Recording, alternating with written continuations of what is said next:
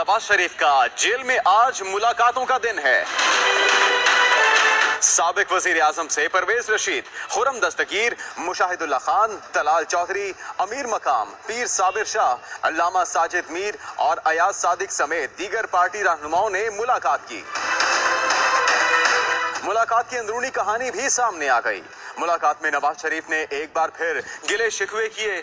बोले कि मुझे वो टीवी दिया गया जिसमें खबरें नहीं आती। कारकुनों के सवाल पर नवाज शरीफ बोले कि उम्मीद है आइंदा जुम्मे तक रिहाई मिल जाएगी। नवाज शरीफ ने पार्टी रहनुमाओं से मुलाकात में हुकूमत को भी तनकीद का निशाना बनाया और बोले कि पीटीआई सेहत कार्ड समेत मुस्लिम लीग नून के दीगर मंसूबों पर अपनी तख्तियां लगा रही है।